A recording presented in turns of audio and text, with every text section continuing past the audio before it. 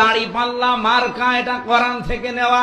সূরা হাদীদ 20 নম্বর পৃষ্ঠার 1ম নাম্বার লাইনের 25 নম্বর আয়াতের মাঝের অংশে শব্দটা আছে। মূল কথা হলো সেটা নয়, আমাদেরও টাইম হয়ে গেছে। যেই কথা আমি বলতেছিলাম, আমার ভাই মুফতি আমির হামজা তিনি একটা কথা বলছেন যে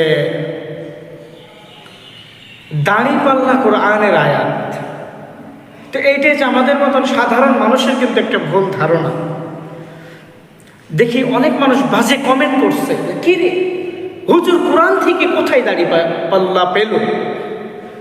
তো আমি তাদেরকে উদ্দেশ্য করে বলি, ভাই দোস্ত, মিজান সংক্ষিপ্ত আলোচনা দিয়ে আমি বুঝাইতে চাই।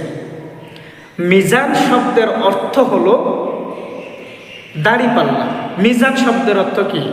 পাল্লা, দাড়িপাল্লা। আরবিতে বলা হয় মিজান, বাংলায় বলা হয় দাড়িপাল্লা। আমরা যাই হোক বলি, তো উনি তো খারাপ কিছু বলে নাই।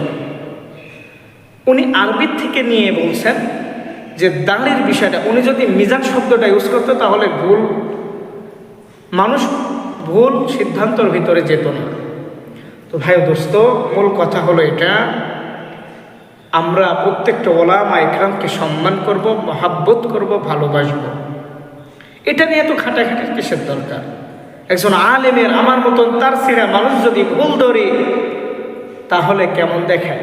আমি তো আলিফ বাতেই বলতে পারি না, একজন আলেমের বিরোধিতা কমেন্টে করতে ভালো পারি।